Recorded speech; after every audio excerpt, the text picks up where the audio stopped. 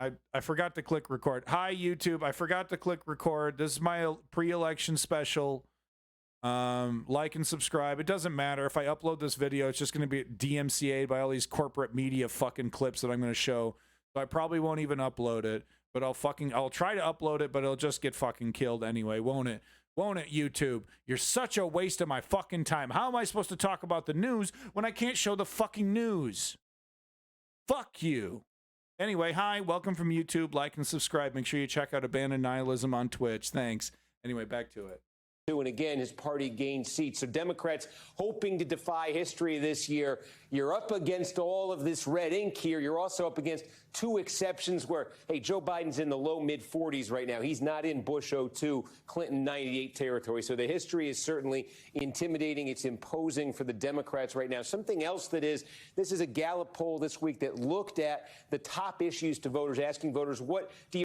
Wow, 49%, extremely important, the economy. Really? Boy, it's a good thing that Democrats are out in front with a big plan talking about how they're going to make your lives better, how you're going to get more money at your job, and how, they're going to lower taxes for the middle class. And, really out there front and center talking about jobs. Wait a minute. Oh, no. This is the Democrats' message about jobs. There it is. Hey, wow, they've barely said jack shit about jobs, economy, inflation, money, all that shit. It's been a lot of Roe v. Wade, which is definitely important. Been a lot of LGBTQ stuff, which is also very important. But look, I don't know what to say to the women and LGBTQ people of the world. Your average American, okay, working 9 to 5. The number one thing that they care about is the economy. Okay. I would like to say that the number one thing that they care about is equality or equity for people of color, LGBTQ people, but that's not the case. And right now we're having a discussion about realpolitik, right? Which means we need to have a discussion about what the mainstream wants. What does the mainstream want? Economy. What's that thing that the Democrats aren't delivering during their big important campaign? They're saying democracy's on the line. They're saying literally democracy's on the line, and they're not talking about the economy. God damn it, they're good at this. Fuck, man. Fuck, dude. How do I sign up to be a Democratic fucking strategist, right?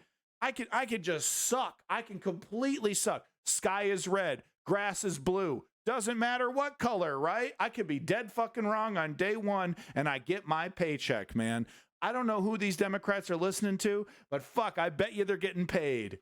You rank is extremely important as you make up your mind. And again, no surprise, we see this in every poll. It's the economy, it's inflation that's at the top of this. Abortion, number two, an issue obviously that emerged mid-year with that Supreme Court ruling as a big part of this election. Then crime, gun policy, immigration. What's striking is when they asked folks, okay, if you consider the issue extremely important, how are you going to vote? Look at how it breaks here. On 4 of the 5 issues, you have Republican advantages, and on 3 of them, you have pretty massive. The economy, crime, and immigration. And let me tell you, the Republicans don't deserve to have these numbers on the economy. They've made no promises to make anyone's lives better. They're going to go after the woke kitty litter crew. Okay, they haven't promised anything, right? It's kind of the Obama kind of thing, where it's just people filling in the blank, right? The politicians make vague, opaque promises, and then the people kind of fill in their hopes and dreams, right? So the politician doesn't necessarily need to make direct promises, right? Honestly, please, someone show me a clip of a Republican doing a stump speech about what they're going to do for the middle and lower class, lower our taxes, something. Are they doing that? Because really what they're doing is scaremongering on gay people, and and saying crime is out of hand, even though statistically crime is actually historically low. That don't let facts get in the way. But are they promising better jobs? I mean, honestly. Is Ted Cruz up there stumping about the economy? The Republicans don't deserve these numbers, and the Democrats just let it sit there, rotting on the fucking vine, snatching defeat from the jaws of victory. That's the neoliberals I know, and they're 100% fulfilling their promise to me to fail. Sizable Republican advantages there. The one exception, obviously, is the issue Democrats have probably been running the hardest on. That's abortion. They do find a double-digit Democratic advantage on abortion. So overall, that climate, that issues climate, seems to favor Republicans as well. Where they could get tripped up, though, one place Republicans could get tripped up, as we look at the Senate map here, is the recruitment of candidates, the candidates they ended up with through primaries. You know, Donald Trump took a very active role and got through a lot of candidates in key Republican Senate primaries. Could it cost Republicans key seats they might otherwise win and that chance to get the net gain in the Senate? Could they lose it? So what you see here in blue, those are the most vulnerable Democratic seats where Republicans are trying to play offense. In red, the most vulnerable Republican-held seats where Democrats are trying to get flips. And just take a look, a couple of these here in Georgia. If you're following politics this year, you are familiar with the struggles Herschel Walker has had, the revelations, the accusations, the campaign trail stumbles. Is Herschel Walker going to fall short against Warnock? That's the sound of these issues flying right over the people that are going to vote for Walker. They couldn't give a flying fuck if this man grew fucking demon wings and started sprouting fucking baby blood out of his fucking mouth. Okay? He's got the R, and he says the right things. You're up, son. Enjoy your position of power. Person who can barely read or speak. In a year that might otherwise be favorable there for a Republican in Georgia. Blake Masters has been underperforming. Carrie Lake, the gubernatorial candidate, as he runs for Senate in Arizona. Was Masters a weak nominee there? J.D. Vance got that nomination in Ohio. J.D. Vance, who on the fucking campaign fucking trail bragged about how he wants to ban pornography. Close friend of Sagar Enginetti from Breaking Points. Big fan of Donald fucking Trump, okay? Fucking Sagar Enginetti, man. Ohio, Trump state twice, but Vance has been in a fight with Ryan in the polls. We'll see about that one. And then Pennsylvania won. Democrats, this is a flip. If Democrats can get it, they badly need it. Mehmet Oz, the Republican nominee, again, Trump back. There was another candidate in the primary, McCormick there, who a lot of Republicans think might have been stronger in a general election against Fetterman. But Oz is who Republicans will go with. Oz is who Trump backed in the primary. God. Thanks for watching our YouTube channel. Follow today's top stories and break. Shut the hell up, Lester. Fucking Lester. Shut the fuck up, Lester. All right, let's see what fucking Canada has to say about this. Outside of raging gut laughs, that is.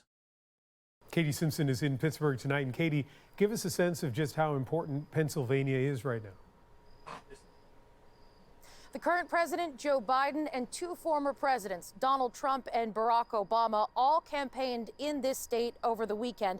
To give you a sense of just how close this race is, control of the U.S. Senate is on the line, but something potentially even more important than that looms over this vote. It's a frantic final sprint in a key race to control the U.S. Senate. Democrat John Fetterman's slight lead over Republican TV personality Dr. Mehmet Oz continues to narrow. Thank you. And while Fetterman's supporters are enthusiastic, they're also nervous. I will be the 51st vote in D.C. The result of this contest and others in this midterm vote, from their perspective, is about more than just electing people to office. All of it is overshadowed by what they see as an existential threat. Making up stories about stolen elections, scaring the bejeebies out of people. It makes me feel very, very anxious and disappointed. Because it's working? Outrage over the violence that followed the 2020 election changed little about the overall tone of U.S. politics. If anything, it's more charged. Threats against lawmakers have surged, and trust in democratic institutions is eroding. So much of it fueled by conspiracy theories and lies. The big lie that the 2020 election was stolen from Donald Trump looms large in Pennsylvania. More than half of the Republican candidates running in this state in this election cycle have either supported the lie or cast doubt about the election results. And this vote, this midterm vote, will be the first and This is it. This is the democracy circling the drain. We're watching it. We're watching it. most significant test of how electoral systems stand up to that big lie. And we saw what happens when seeds of doubt are sown. We saw a violent, deadly attack on our nation's capital on the 6th of January. Representative Joanne McClinton is the leader of the Democrats in the Pennsylvania State House. At this rate, with the Republicans' momentum, it will be illegal to say that January 6th was, an insurrection in like 10, 15 years.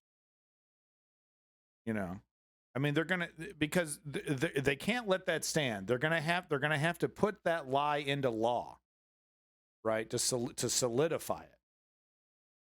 How did it get this bad and out of control? We allowed the Democrats to lie to us. We allowed the Democrats to trick us, to fool us, that they were supposed to be an opposition party to this. That's, we acquiesce to corruption. Okay? We have to tell people the truth, and most importantly, the folks who are perpetuating the nonsense, the madness, even suggesting that there are irregularities, they must stop it. And what are you going to do about it? You going to censor them on Twitter? They must stop it. They got to stop. That's not a solution. That's not a solution. The forces behind 2020 fraud claims show no signs of backing down, especially since the claims still help draw thousands of people to rallies. There wasn't a free, fair election in the United States, by far. And the legislation... It was literally one of the most boring and rock-solid, error-free elections in our lifetime. Ironically. And I say that because the research that I've done have shown that all the doubt seeding that Trump was doing pre-election, basically the people who are running elections, they were like, okay, well, Trump is clearly getting out here and saying mail-in ballots, all this, it's all sketchy, it's all weird. But they actually doubled down. And it was literally one of the cleanest, most error-free election cycles in history. That's what we're dealing with right now. And people do not want to look into that at all. They turn their head the other way. Exhaustive investigation has been done into the so-called election fraud on the left, on the right, and independently. Okay? It is one of the most investigated elections in history. Okay? They know damn well that this country and this election was stolen in 2020. Conspiracy theories about January 6th are used to dismiss criticism. I do think that there was infiltrated too. There is Black Lives Matter, there's Antifa, and I saw about 20 people all walk in with a freshly worn MAGA hat, and I don't think they were one of us. Yeah, because there wasn't a hat stand right outside the Trump January 6th speech, right? There wasn't somebody selling Trump merch. No way. Greatness already won the election. Why do we have to wait? And even though so much of this hinges on election fraud claims, some are advocating for it. If Russian collusion to make President Trump won the 2016, I wanted him to do it again. I want Putin to interfere with the election and bring Trump back again. Ladies and gentlemen, please welcome the 45th President of the United States, President Donald J. Trump. Donald Trump is harnessing this energy to galvanize his base ahead of Tuesday's vote. They said Trump was 100% right. The election was rigged and stolen, and we're not going to let it happen again. Republicans, including Senate hopeful Dr. Oz, accept glowing endorsements. Wow, look at this. It's very Stalin-esque, actually, the theatrics around Trump. The people that were around Stalin, they were, oh, hey, buddy, hey, how you doing? Oh, man, you're the best. You're so funny. Really, really playing the character that Stalin wanted of them, right? 100% with it, right? And look what Oz is doing, right? It's he knows he's being watched by a million different eyeballs. He's got all the cameras on him. He's like, this, my body language, my facial language, you know, everything about what I'm doing right now in this current moment, I need to show and pay fealty to Trump.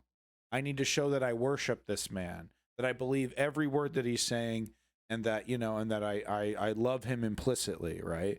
It's very fascinating to me how quick, you know, and just the similarities, right? It doesn't have to be fascism per se, right? It's just authoritarianism, tyranny, these, you know, the cult of personalities and the hangers-on, right? The similarities throughout time, you know, how relevant Machiavelli still is. You know what I mean? Like, all these things are really just fascinating to me when I look at Oz here looking at Trump. It's fascinating. Right? The election was rigged and stolen, and we're not going to let it happen again. Republicans, including Senate hopeful Dr. Oz, accept the hands. He's hunched over, the mouth. He's laughing. The eyes. He's fixed 100% directly on Trump. I know it's all pseudoscience, right? It's all, I could be, you know, could be completely wrong, right? But I feel like what I'm seeing right here is I'm seeing a man putting on a performance. Endorsements. And while he's not considered a hardcore election denier himself, he's comfortable sharing the same stage with one and supports further investigation. And talk about body language right here with Trump, right? He's under me, right? I'm above him. He's one of my minions. He's Trump approved, you know, and I'm gonna stand directly behind him so that I'm on camera as well. It's just I mean, you know, man, you know, the smart people in the world are going to spend a lot of time digging into all of this, right? And it's going to be very fascinating. I'm very interested to watch the Ken Burns style documentary in 50 years about maybe the end of democracy. I don't know. Maybe it'll be illegal to produce such a democracy by that time. Who knows, man? Who knows, man? Who knows when the fascists get in there and then secure power and then, you know, do away with elections. It's sky's the limit, baby. Sky's the limit, okay? Gulags with floors with slants that go right into drains so the body fluids are easy to clean up. Okay? Sky's the limit. The 2020 vote. I will bring change to Washington so they treat us the way we deserve. You all in? Though in his own race, he's promising to accept the election results, whatever the outcome. And if they vote for you, Oz, you can't lose. But it may not matter if the leader of this movement doesn't, since this base of support listens to him. Katie, Democrats and some Republicans are campaigning against election deniers, but is that message getting any traction? Well, that's going to be the big question. Democrats have focused so much of their campaign on this argument. There is one thing that could really blow them out of the water, and that is the cost of living. Parents in this country are making choices between filling their gas tanks and going to work and feeding their children. And when that is the situation, it does not bode well for the party. And what do the neoliberals say when they're asked about the economy? It's Putin's fault. We don't have any control over inflation. It's not our fault. We didn't do it. We didn't do it. It's not our fault. We don't control everything. You know what that says? I'm not going to do a fucking thing to help you. I'm not going to do a fucking thing to help you. That's what that message says. Oh, it's Putin's fault. I don't care whose. It could be motherfucking Bozo the Clown's fault. Where's the help? This is your opportunity to tell me how you're going to fucking throw me a life vest. You're fucked. That's what you're saying. It's not my fault. You shouldn't blame me. That's unfair. Democrats actually say that shit. That's unfair. Really? Really? That's unfair. Joe Biden. Think a fascist gives a fuck about fair? What is this? What is this, your first fucking day on the job, Joe?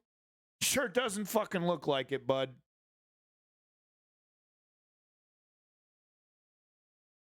Joe Biden's hoping the Democrats can pick up seats in both the House and Senate in Tuesday's election. History says they probably won't. Look at the last 7 presidents.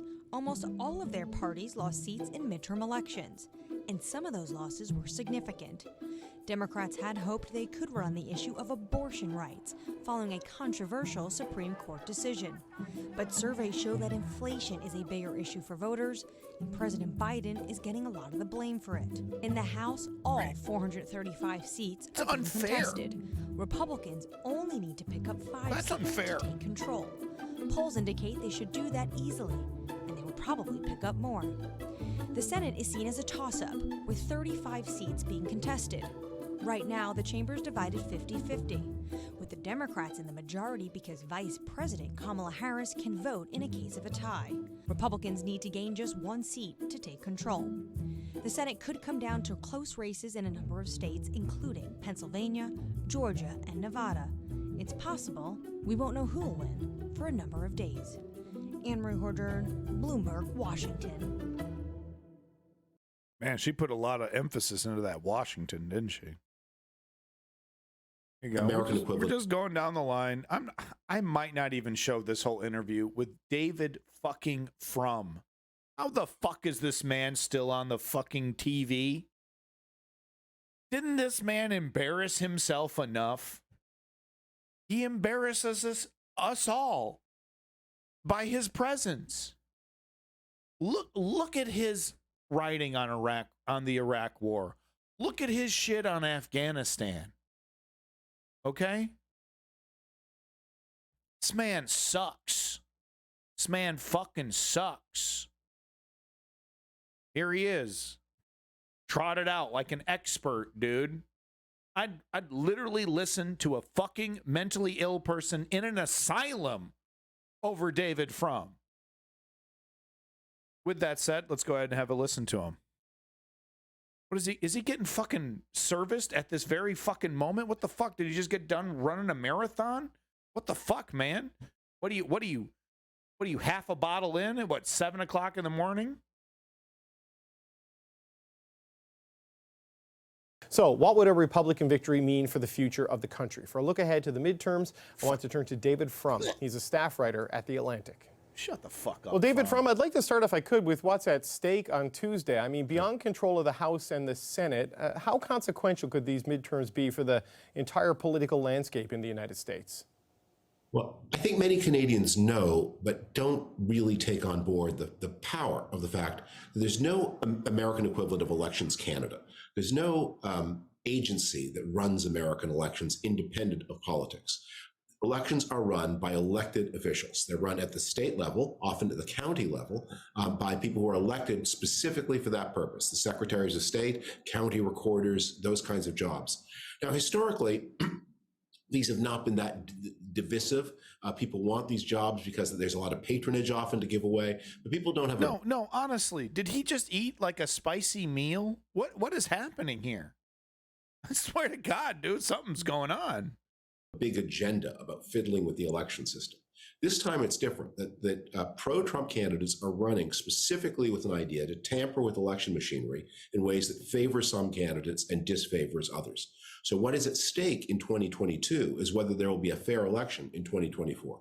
And what kind of an outcome do you think we might see on Tuesday? I mean, if you look at the numbers, the Republicans are pretty widely expected to win the House. I mean, do you anticipate a massive victory there, and how do you see the Senate going?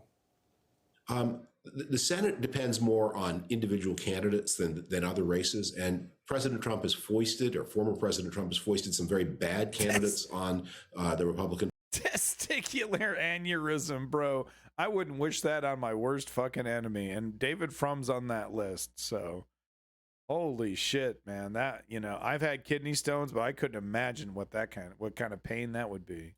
Party who might lose races that Republicans otherwise would expect to win. In Georgia, for example, the Senate race, where Trump favored a candidate who was a former football great, but who also has been shown to have paid for abortions for at least 2 women, who's abandoned his family. And oh no, is the hypocrite being proven to be? All right, I'm sorry.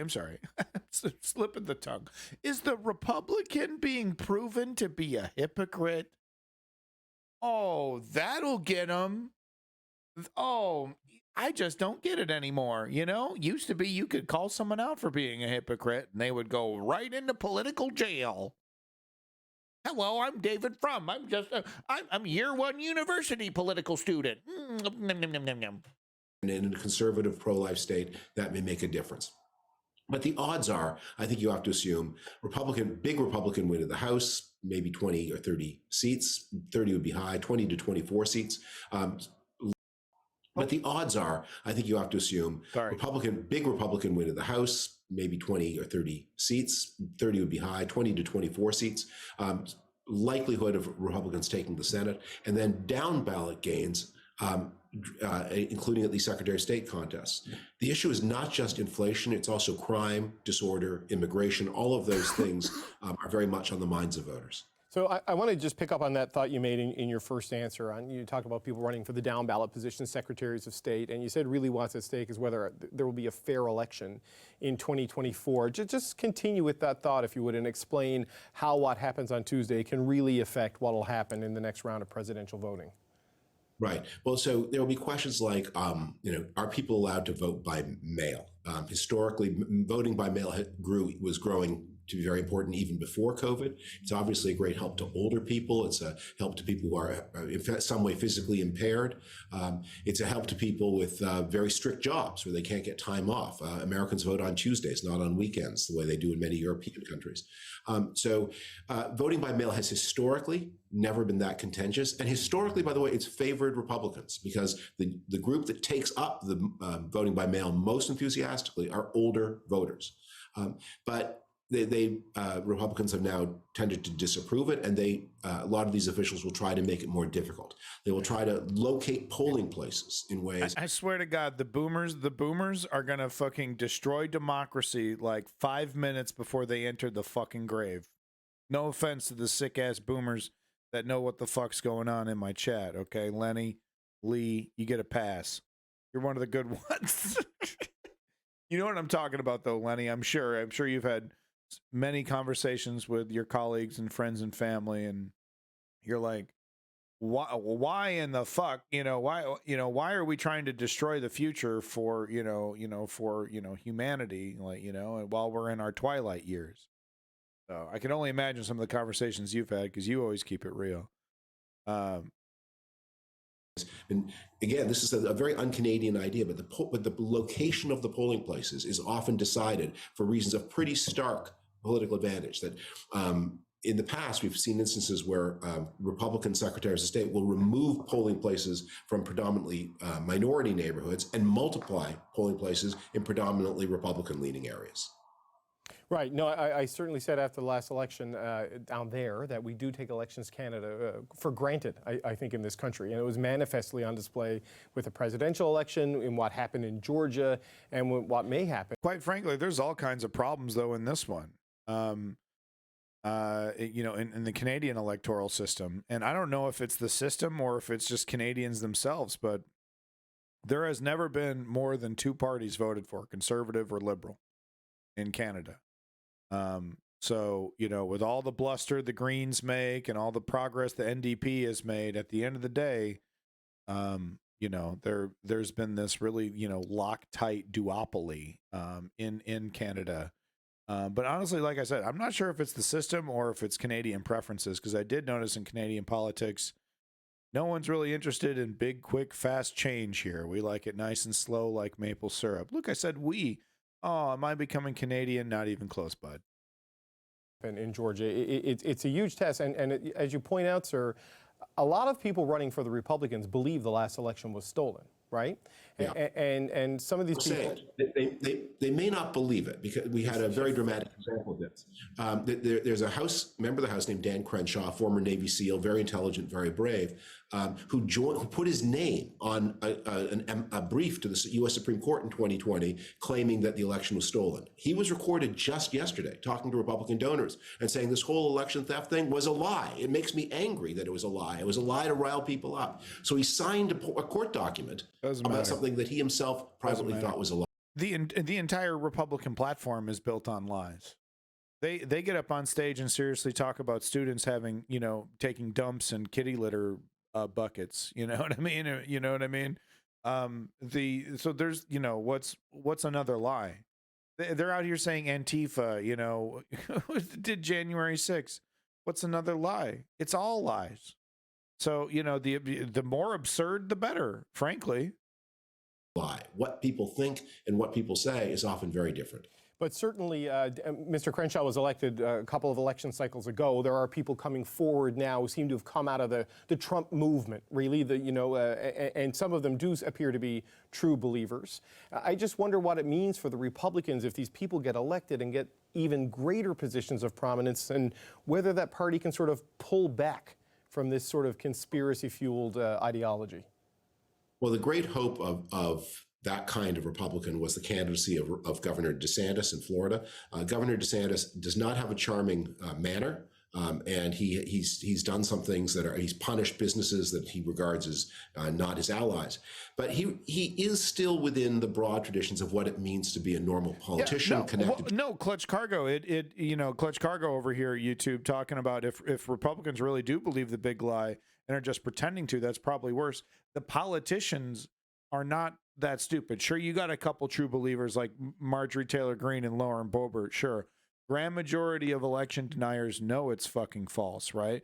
But they also know that, hey, this is a litmus test. I'm either a rhino and I'm out of the game, or I go with this narrative. So yeah, we should be very, very frightened, because it basically tells us what we already know. These people don't have an ideology. They don't have politics. Okay.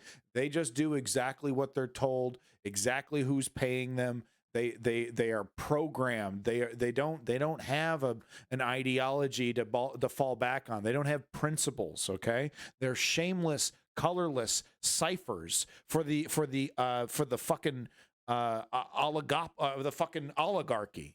Okay, the legitimate moneyed elite that have taken control of our governments. This isn't X-Files, okay, folks? This is real fucking life. This is real fucking life, okay? The moneyed elements in the United States have taken control of the government. People much smarter than I am have said the same.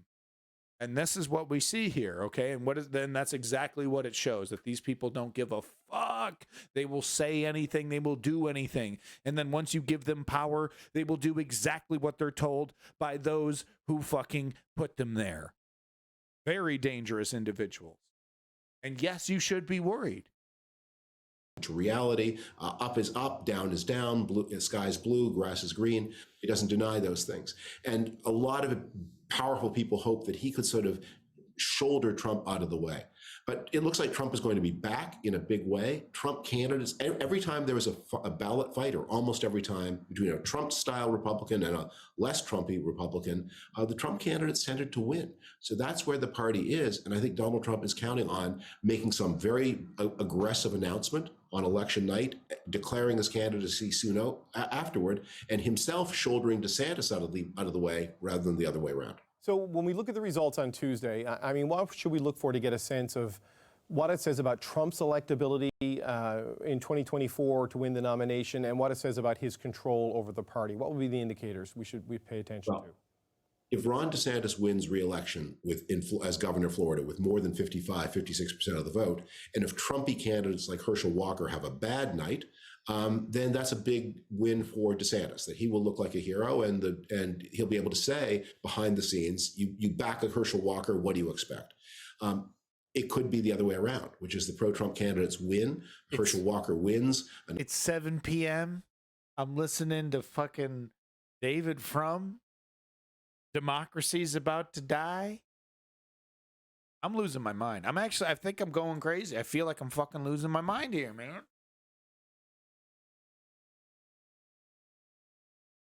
What the fuck are we going to do about any of this? I feel like this is completely outside of the entire progressive left's control at this moment. I feel like we are passengers on the crazy train, man. You know, Ozzy Osbourne, the fucking crazy train, dude. Another weirdo, Blake Masters, wins in Arizona.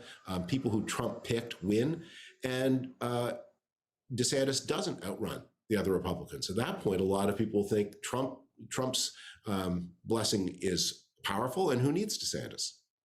And just a final point, he's not on the ballot, but midterms are often seen as a referendum on the president. Joe Biden's got some pretty bad approval ratings right now. What's at stake for the president and his agenda on Tuesday? Well, he may find himself, if it's a really bad night for him, there may be question marks about whether or not he should stay. You know, one of the things that happened to Biden, and one of the reasons he's in trouble, is he got pushed to the left of many of his own instincts on many issues in the first 2 years. He got pushed to a more open border position. Classic David Frum, dude. Motherfucking chef's kiss. David Frum. What does he see? What does he see? And what does he suggest after all this? You know, I think the Democrats need to move to the right. They just, you know, the big reason why they're losing is that they're just too left wing. Classic Frum. Classic, dude. Right from the archives, man. Blowing dust, popping in the VCR. There he is, getting blown right in front of us. Classic Frum. I mean, this is what I'm talking about, man. And this is why the neoliberals are fucking losing, because they listen to people like this. Democrats didn't go, they went too far left. Oh, yeah, that's the fucking problem, bud. That's the fucking problem. Oh, kill me, kill me, kill me, kill me. And Roblox. And that probably his instinct. He got pushed to spend more than probably he would have chosen to do because he was beholden to the left wing of his party. And I think many Democrats will look at it and say, at the same time as we Biden beholden to the left wing of the party. No shit. Bernie Sanders in there running the show, huh? AOC cracking that whip. Is that what's going on from? We criticize the left. We also think you were not strong enough to stand up to them when we needed you to stand up to them. Maybe it's time for somebody new. I don't know they have a good choice alternative to him, but that kind of thought may begin to percolate inside the Democratic Party. Okay, David Frum, it's going to be a big night next Tuesday. Thanks so much for joining us. Let's bring back Rachel Scott to take. Oh, good. Oh, good day. Good morning, America. Okay. Let's hear what he has to say. See what he is, you know. Good morning, America. What you think Trump wants to change the name? Trump America? Right? Yeah, that's got a ring to it, man. Take a deep. Like Ron DeSanctimonious? Got him. Ron DeSanctimonious. Got him. Fucking burn. For a look at the path to the Senate, what are the Republicans hoping for? Well, George, we talk about just how close these races are because any single one of them could determine control of the Senate. Remember, Republicans only need to net one Senate race by the end of the night in order to take control. So we've listed the toss-up races, the most competitive seats here, and what we are calling the battleground zone. Take a look, a little game of what if here. If Republicans are able to win in the state of Georgia, Republican Herschel Walker wins there, take a look, their chances of flipping the Senate go up to 77%. Let's just say they're able to win in that critical state of Nevada. You just heard from Yo, ain't no one gonna talk shit on no one's hair until Chuck Todd does something about what the fuck has happened on top of his skull. I don't know I don't know who's telling him this shit looks good. Shit does not look good, dude. You look like a newborn baby mixed with a 40-year-old balding man. Someone please tell Chuck Todd to either get the hair plugs or shave that shit. Pick a fucking side, dude. Look, the sex scandal guy from fucking the morning show, Brian what's his nuts. Remember Brian what's his nuts? Remember when he went bald? It was like, whoa, that's weird. And then he was able to, diddle 100 interns after that, man. He was getting all kinds of laid. Brian something. What's his fucks? Janae Norman there. Look how high their chances go. 91%. Democrats must win Pennsylvania. Pennsylvania, so much on the line in that critical state, which is why you saw 3 presidents past and present there. Take a look. If Democrats are able to win in Pennsylvania, their chances go up to 67%. Then let's just say they're able to hold on to a state like Nevada. Take a look at what happens here. Their chances of holding on to the Senate go up to 88%, George. Okay, Rachel, thanks very much. We're going to have full coverage of Election Night on Tuesday starting at 8 p.m. on ABC, streaming live on ABC News Live starting at 7. Well, hey there, GMA fans. Robin Roberts here. Thanks for checking out our YouTube channel. Lots of great stuff here. So go on, click the subscribe button right over here to get more of awesome videos and content from GMA every day, anytime. We thank you for watching, and we'll see you in the morning on Jesus, that's pick a side. Just 24 hours out, Oh, are we going to hear from Chuck Todd? I sure hope we do. optimism and anxiety with control of Congress up for grabs. This election isn't a referendum, it's a choice. Democrats bracing for a potentially turbulent election night, needing to outperform President Biden's weak approval rating in the mid-40s. According to our new NBC News poll, 8 in 10 Americans are dissatisfied with the economy. One positive sign for Democrats, they're closing the enthusiasm gap with 73% of them and Republicans eager to cast their ballots. Republicans had a 9-point enthusiasm advantage just a month ago. The Senate remains a toss-up with races deadlocked in Georgia, Nevada, and Pennsylvania, where President Biden and former presidents Trump and Obama converge to deliver closing arguments this weekend. Don't mope. Don't tune out. Get off your couch and do what? Democrat John Fetterman and Republican Dr. Mehmet Oz's tight Pennsylvania Senate race could be decided in the moderate Philadelphia suburbs. Get your friends, get your families all ready to vote. And if we do this all together, we will win big time on Tuesday. In Georgia, Democratic Senator Raphael Warnock is trying to fend off a challenge from former football star Republican Herschel Walker. You have been putting in the hard work and the long hours, and it has made a difference. Put me in the game, Coach. I'm ready to play. President Biden steering clear of key battleground states, instead heading to traditionally blue Maryland today after a stop Sunday in another Democratic stronghold, New York, to support vulnerable Democrats, including the state's governor, Kathy Hochul, facing a late surge from Republican Lee Zeldin. Mr. Trump rallying Republicans in Miami, taunting House Speaker Nancy Pelosi just days after her husband was brutally beaten by an intruder. Crazy Nancy Pelosi. By the way, how's she doing lately? How's she doing? And teasing a 2024 presidential bid, taking a swipe at a possible rival, Florida Governor Ron DeSantis, while declaring himself the frontrunner. There it is, Trump at 71, Ron DeSanctimonious at 10%. Mr. Trump already coming up with a nickname for his potential primary rival in 2024, just as seeing Mr. Trump and the President Biden here in Pennsylvania this weekend, Savannah, may have been a preview of 2024, what could be a rematch. Hey, thanks for watching. Don't miss the Today Show every weekday at 11 a.m. Eastern, 8 Pacific on our streaming channel. Today, all Vampire Hunter D is in the fucking chat. Can we talk about how awesome that fucking anime is? Both of them. I recently watched that. I was like, that shit is hardcore, dude. What's up with that character that's like almost dead? But he's like an atomic bomb. He just, he's like right on the edge of death, but he like lets his soul out and he fucks everybody up. That shit was awesome. Trump and Ron do shots together. Yeah, right, dude. The right wing wishes. The right wing fucking wishes. He has ghost powers. Yeah, I couldn't imagine what that guy was capable of when he was healthy. That scene was crazy, dude. He comes out of nowhere. The guy's like dying. The whole scene is nuts. The guy's like dying in a fucking, cart outside this building. He senses that his teammates are in trouble. He does some kind of ghost thing, and his ghost presence comes in there and fucks everybody up. It's amazing. Check out Vampire Hunter D. You can actually watch it for free on YouTube. You can just pull it right up. Oh my God. What is up with Al Roker, bro?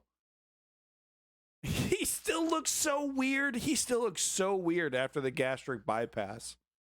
I have zero respect for Al Roker. The man did a media tour talking about how he shit himself in front of the president. The most embarrassing thing I've ever seen in my lifetime, and he made it some kind of media spectacle for NBC. It was incredibly embarrassing. But hold on. Fucking OVA. Amazing. Hold up. I'm just gonna give it to people. You need to watch this, okay? Go ahead, stop watching me. Stop watching me. Tune into Vampire Hunter D. Shit's amazing. Let me see if I can just find this scene that I'm talking about.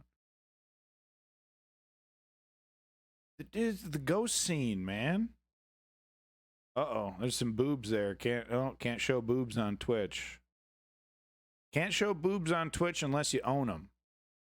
I don't know. It's in there somewhere, you fucking weebs. Oh, thank God. Now let's get Morning Joe's opinion on things. Even Al Roker needs a hobby. Going on media tours, telling journalists that he shat himself in front of the president. It's not a hobby. Make it stop. I've been watching Cyberpunk on Netflix. It looks really good, but they say they're not going to do another one, so I'm gonna watch it one day when I'm like, you know, when I want like, okay, I'm, you know, like, boot me up. I want something good. All right. Josh Hawley, an absolute traitor to the country. Traitor to the fucking country by definition, this man. Cheered on the January 6th fucking rioters and then voted against certifying the election, knowing full well it was a legitimate election. This is one of the most dangerous fascists and will be in Ron DeSantis' government. I guarantee you this man's going to be in the cabinet. Frightening fascist right here. That is more interested in pronouns than in winning wars. We've got an FBI that is more interested in treating parents as domestic terrorists than in prosecuting real terrorists. Boy, I tell you what, that's the insurrectionist, Josh Hawley. Thing ever. Well, the thing is, the Republicans used to support the United States military, used to support the FBI, used to support. They used to hate communist Russia too, man. Welcome to the real world, bro. And this is the party, by the way, that you were happy to be a part of only like 10 fucking years ago. Let's not forget that either, slick. Law enforcement. And this is what's so crazy. They lose one election. And suddenly he's Mr. Insurrection. It's not suddenly, Joe. It's not suddenly. You were part of the Republican Party's fucking swirl around the drain until it completely exploded. Right? Fucking Joe was part of the neoconservative wave. Give me this shit. Oh, it's all so sudden. Oh, I didn't see this coming. Literally pushed the car over into the void. This guy. Turn on the military. They turn on Madisonian democracy. They turn on law enforcement. They talk about defunding the FBI. It's really just crazy. Robert Gibbs said, did you ever think we'd get to a point that Republicans would lose one election?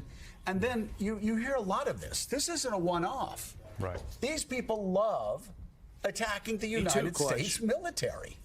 Me too. You know, you watch that clip, and the first thing I think of is as a staffer watching a. This whole project I'm doing on streaming right now is dedicated to what's happening right now. This ain't no fucking joke, man. We're talking about real fascists with the motherfucking most powerful military in the goddamn planet. Okay, we're talking legit. I'm shopping new electricity supplier. Do you think it's worth me to pay around? I mean, I support. You know, one of the things that I have in the chat. That's a really good question, David. And one of the things, welcome back, Bird Baines. I think I've seen you before.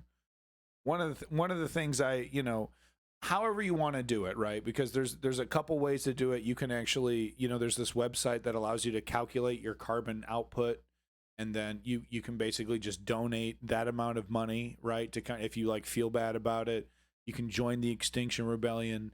So however you want to do it.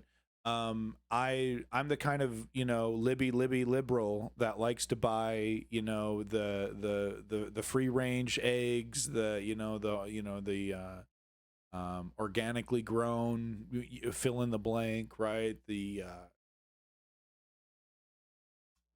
cruelty free, that kind of stuff. You got to pay like an extra $2-3 for whatever you're getting, right? So I support all that shit.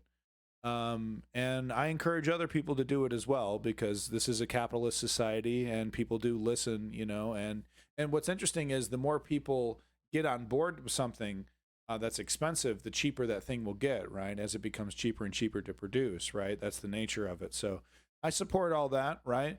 But I also don't support shaming people into making those decisions, because I've seen what the neoliberals have achieved with a shaming strategy, and I gotta say, it's not very impressive. It's not very impressive. You know what I mean?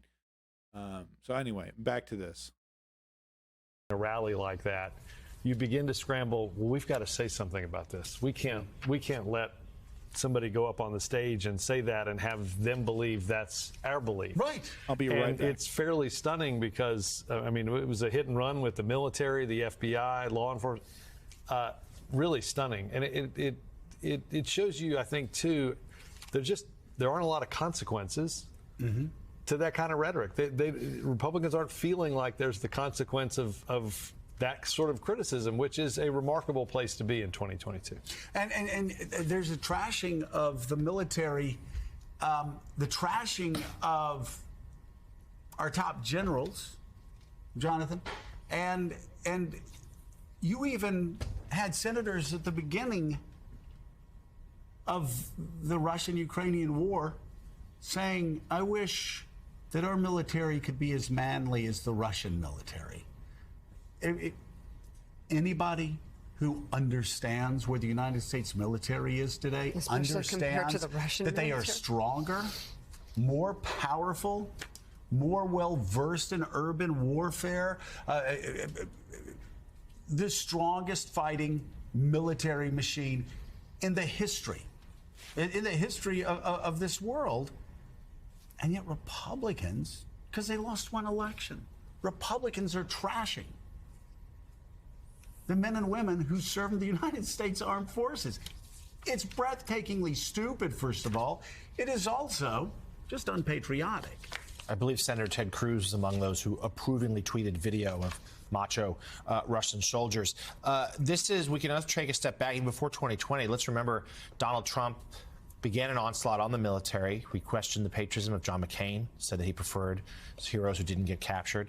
Throughout his time in office, he belittled the Pentagon. He belittled his generals who worked for him. He turned on them because they wouldn't just say yes to everything he asked them to do.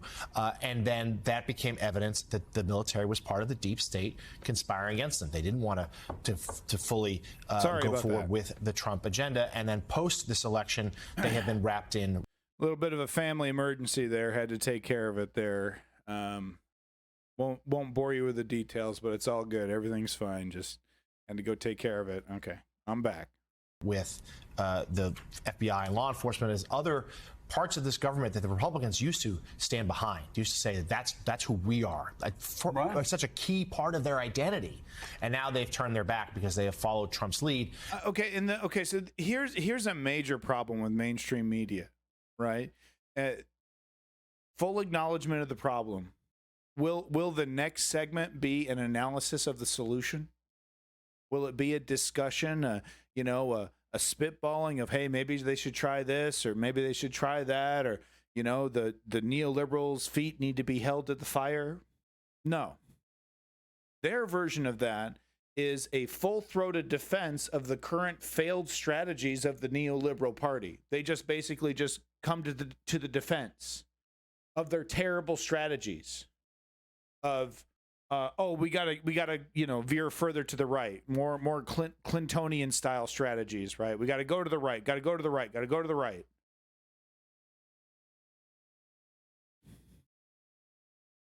They don't talk about what I talked about, which is that the neoliberals should be talking about the motherfucking economy, right? Lowering taxes for the middle and lower classes, raising wages, more jobs, better jobs, more homes, cheaper homes, better homes, cheaper gas, cheaper groceries. When's the last time you've heard a Democrat say any of that shit? They're pathetic. Okay? And we're well past the point whether it matters, whether they're intentionally doing it or not, because it's basically just a fucking jumble of true believers and malicious idiots. You know, malicious fucking bastards that don't give a shit. They're there to cash a check. Okay? They are, long story short, neoliberals and enablers like this mainstream media shit are carving open a vacuum that is being filled with fascism. When America falls, if it falls, it will be because of the neoliberals and its supporters, right? They don't talk about real strategy. They don't talk about things that would be effective. They don't look at polls that say people want progressive change, right? They want single payer health care, free education for all, fill in the blank, right? What do these guys talk about? Oh, people really like corporate tax cuts, and people are really concerned about the deficit, and I don't know if we should do anything about housing prices, and they're pathetic. They just back up the fucking neoliberal agenda. Morning Joe over here. A motherfucking Republican, dude? He's not a Republican anymore. My dick, he's not a Republican. He just stopped going right. He just stopped where he was, and then the pendulum shifted around him. You know, the chart. That motherfucker's still a Republican. Morning Joe. How many hours did they have Morning Joe on now? What, 4? Holy shit. 4 puke taxious fucking... Ugh, how much does he get paid for those 4 hours, him and Mika? It's like one of the highest rating left-leaning news shows on the major networks.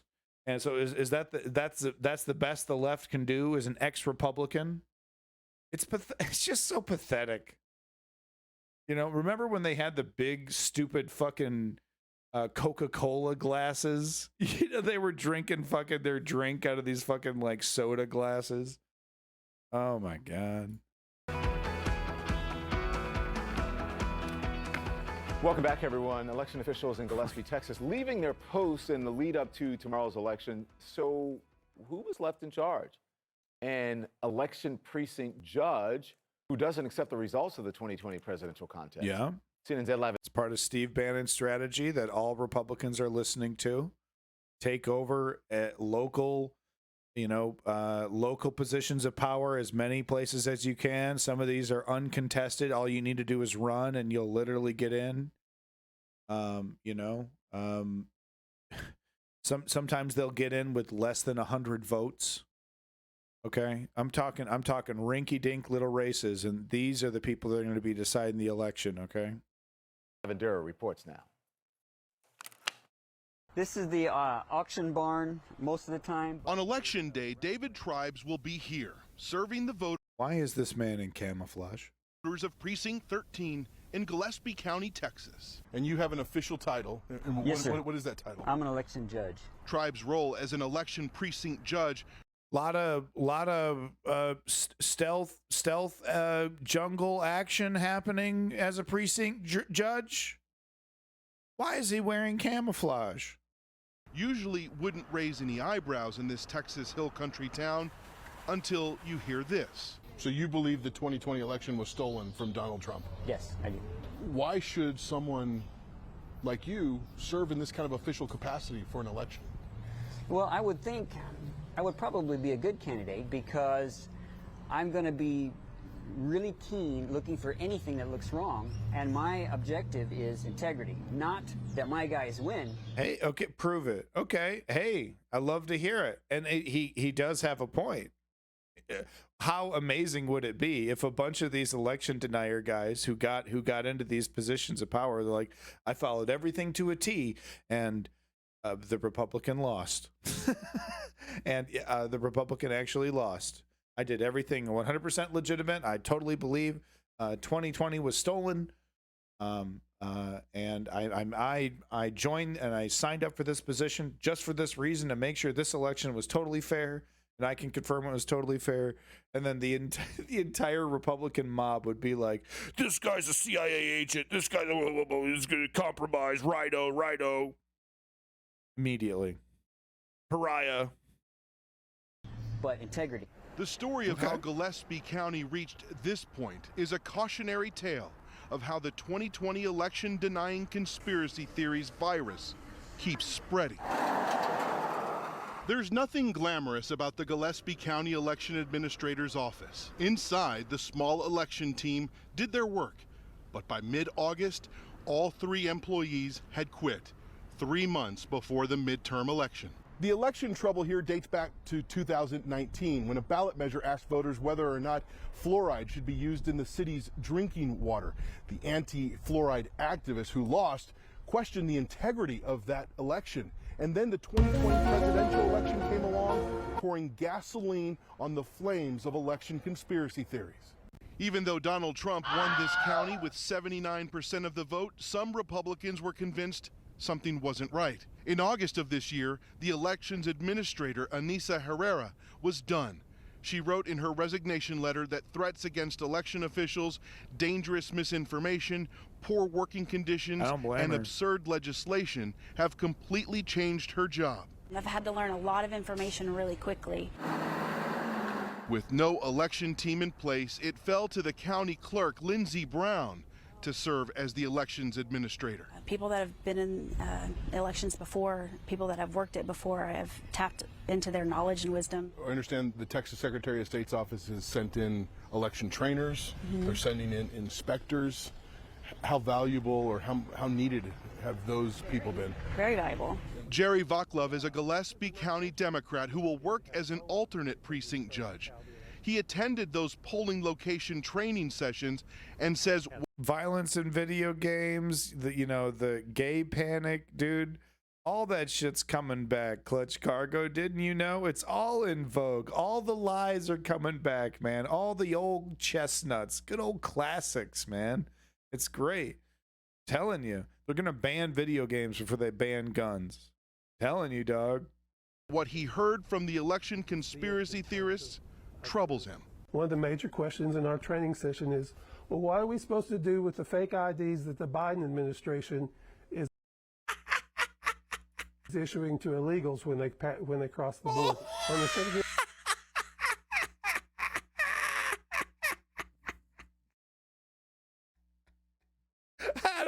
How do I spot them illegals using Biden issued IDs? They got it directly from Biden.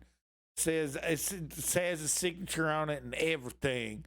What do I do when I get one of them nasty illegals in my grip and I get to point my gun at him and I get to tell him, get out of my country? How do I handle this situation that I really hope doesn't happen? Oh, Lord, golly, that's why I'm here. I'm trying to prevent it. I'd hate it for it to happen. I'd hate to get him in my hands and shoot him with my gun in Roblox. Anyway, thank you so much for just letting me be part of this. I think it's just, I just love democracy in action. It's going to be great. Your state just said Representative said that's not happening, and we went on. For now, officials are hoping for the best. Do you feel confident? Fake news. He's denying it. See, he's denying it. See, he's not telling the truth. Look, he's lying. He's a Democrat. He's a liar. You can tell he's a liar because he's a Democrat. And he's lying. He's lying. Oh, it's happening. They're giving him IDs. Issued straight from Satan. When they crossed the border. And the signed with baby blood. Oh, the Democrat. Secretary of State just said, Representative said that's not happening, and we lies went on. For now, officials are hoping for the best. Do you feel confident that this election will go off smoothly? Yes, sir. Spoiler alert, it did not go off smoothly. And Don, that election precinct judge you heard from there at the beginning of the story, he believes that in 2020, there were 2,000 Donald Trump votes that were flipped from Trump to Biden there in Gillespie County. This is a lie that has been peddled by the My Pillow CEO, Michael Lindell. And Democrats. The dumps. Remember the dumps? The briefcases. Remember the briefcase? The mules. Remember the mules? It happened. Democrats are worried enough that for the first time in memory, Beto can pull me off, baby. They are sending out election poll watchers to various precincts around the county on election day tomorrow. All right. I really wish I was still in America, and I really wish, God damn it, I wish I could just like register to vote in Orange County or something, like where one of these poll watchers are. I really wish, dude, because you know what I want to do? You know it'd be really fun? And maybe someone can steal this from me tomorrow, or I guess it'd be tomorrow is the last day to vote, right? I would show up completely naked with like a sign that had pictures from all the school shootings on both sides, right? And I would show up to vote, of course, right? But I would be completely buck-ass naked, holding a sign, with a bunch of pictures from all the school shootings. And I would just vote like normal. That was the first idea. And then the second idea is, this one's probably a little bit more palpable for the mainstream, is I would dress like really suspiciously, like in all black and white stripes with like a raccoon mask. You know what I mean? And I'd carry like a money sack, and I'd sneak, I'd attempt to like get close to the voting, to the drop box. I'd like try to get really close to the drop box without being seen. I'd be all stealthy in my little raccoon mask and my little bag with my little vote, and I'd hold it in my hand like a little goblin. Right? So then I'd like creep around and be like really, really suspicious and just super fucking suspicious. You know what I mean? And then I'd finally, vote. And then maybe I'd like open it and look at it and like, open my bag and look at it. It'd just be like super fucking suspicious, right? And then they'd be like, oh, Alex Jones, InfoWars. Oh my God. Whoa, shit. Oh my God. Oh shit. Fucking, oh my God. Look, he's doing it. He's fucking stealing the election. Look. That would be really fun. If anyone lives in an area like that and wants to steal that idea, I totally support you doing that. Please do that. Act as suspicious as humanly possible. Like have a fucking like big old mailbox, like one of those like, US mailbox, things that they carry mail in. Have it like filled with a bunch of letters, with like blank letters, bunch of envelopes. You know what I mean? But just put one in. Just legally vote, just put one in, right? And then carry it away. But just be as suspicious as humanly possible in front of these guys. Oh, it'd make my day. That one's probably a little bit better than the, dead kids sign. ABC's 538. Maybe. I don't know. So I think one might get more laughs than the other. Let's see what ABC has to say. Said literally no one until this very fucking moment. ABC's 538 forecast shows Republicans with a 54% chance of taking control of the Senate and an 82% chance of winning control of the House. 538's Galen Druk joins me live now for more on this. 538. Hey, guys, remember 538? Yeah, that website that told us Hillary was like 85% gonna win. Ooh, 538. Why are we still taking this? Why are we still taking this website and this fucking Nate Silver idiot seriously? I take this isn't Nate Silver. I guess they have a new idiot. All right, bud. How? Okay, one question. The only question I would want to ask 538 is how. Okay, you got all these algorithms based off all these numbers, based off past elections. You guys are super smart. You got all the numbers. You got everything, right? You got the whole history of it. What are you doing to attribute for all the newness in American politics? You know, you're basing all these predictions off of, you know, what was at a time could be considered political stability. We're in a time of political instability, you know, almost to be, you know, out of control. We're very close to a tipping point. How in the world are your algorithms, calculating for that, you know, reality, Mr. Those have to be like $5,000 glasses. What are they made out of? Like pure sterling silver? Holy shit, dude. Do you wear them, or are you supposed to eat lunch off them? It's the whole different bag. This is a whole different bag of nuts. I tell you what, man, this whole situation is a bag of nuts. Tell you what, nuts. Galen, Republicans are looking more and more confident ahead of Election Day. Is this a foregone conclusion, or do Democrats still have a chance here? Look, I would say in the House, it looks like the cake is baked. If Democrats were to keep control of the House, it would mean that there has been some sort of polling error underestimating Democrats' strength. The Senate is a different story. It could hardly be more competitive in that chamber. I'm baked. So on average, we see that polling error over the past 25 years in Senate races is about 5 points, right? So we expect the polls to be correct, but oftentimes there's a margin of error. They're off by a bit. We have gotten used to that over the past few years. There are currently 8 Senate races that are within 5 points, right? So people should be ready for a result that ranges from, 54 Republican seat majority in the Senate to a 52 Democratic majority in the Senate. At this point, it's not maybe very helpful to say for an elections prognosticator, but in the Senate, really anything could happen. Fair enough. Fair enough. We understand that. The latest ABC News Washington Post poll shows some stark divisions on individual issues. Yeah, get your voters ass trust up there and Republicans vote. more on issues like the economy, inflation, and crime, but they trust Democrats more on issues like threats to democracy and abortion. Now, polls have also consistently shown the economy, though, as the most important issue this election. So how big of an advantage is that for Republicans? It's important. Look, you're right. Poll after poll after poll has shown that both the economy and inflation are the most important issue to American voters. Oh, God. Gaston's in the chat. Great. Bro, I'd swear to God, if you show me one more time that you can eat fucking so many eggs, I'm gonna puke.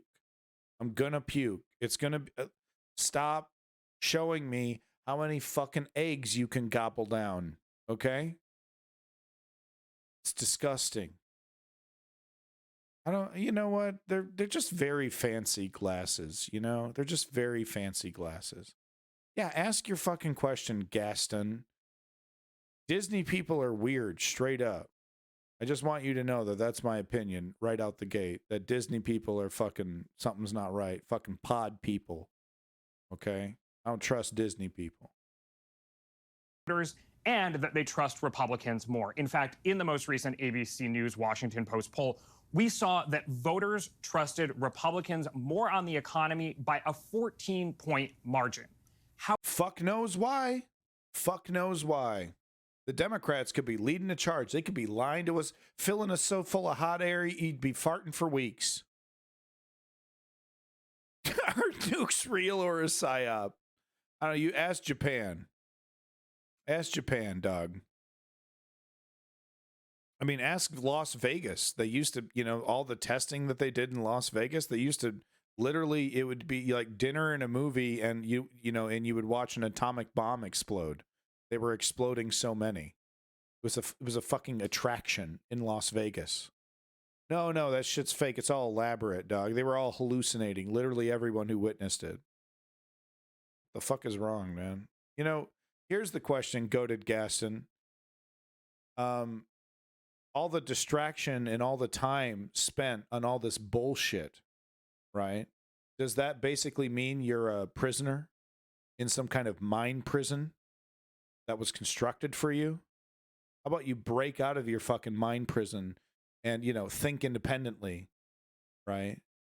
Absorb real information instead of focusing all your time on inane bullshit that literally no one fucking cares about, right? Give that a shot. That's the real psyop, inane bullshit.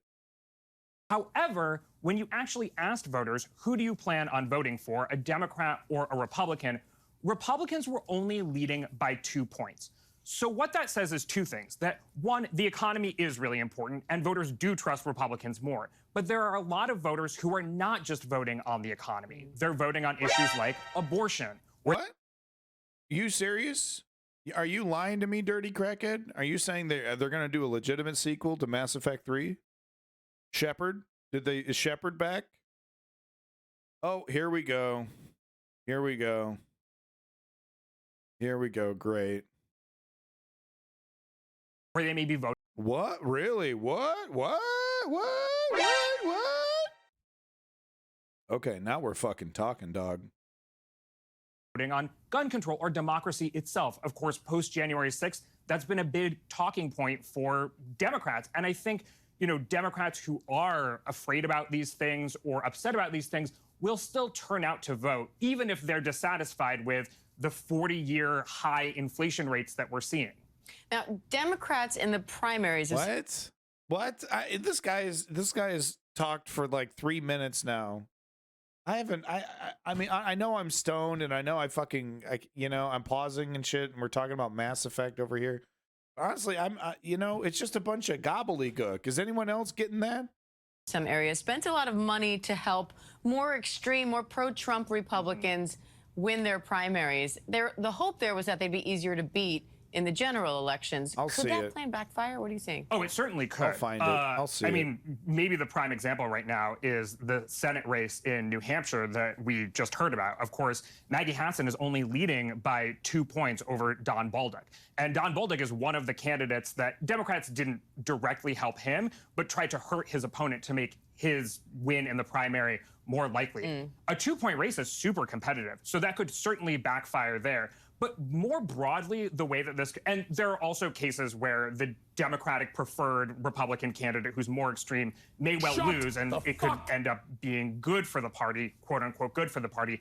But the bigger way that this could backfire is that one of the Democratic Party's messages this whole cycle has been that Republicans are too extreme on issues like the legitimacy of American elections. And so supporting folks who don't say that the 2020 election was legitimate hurts their case more broadly. And doing it via election strategies is sort of an interesting irony there. All right, Galen Druk, always great to have you. Yeah, thanks, Galen. Thanks, Galen. Cash that paycheck when, even though you're totally fucking wrong, buddy. Hey, maybe I'm the wrong one. Okay, we're not going to watch the whole 50 minutes of this, but I would be remiss if we didn't get a little Chuck Todd. We got to get a little of the Chucky baby, okay? I just want to touch his... I just want to fucking, I just want to strip some paint with that fucking head of his, baby. It looks like a stubby chin. I just want to rub it. I just want to rub that little stubby chin on Chuck Todd's head.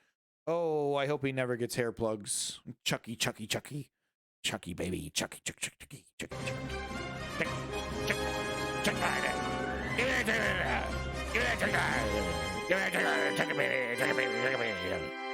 Give it a check.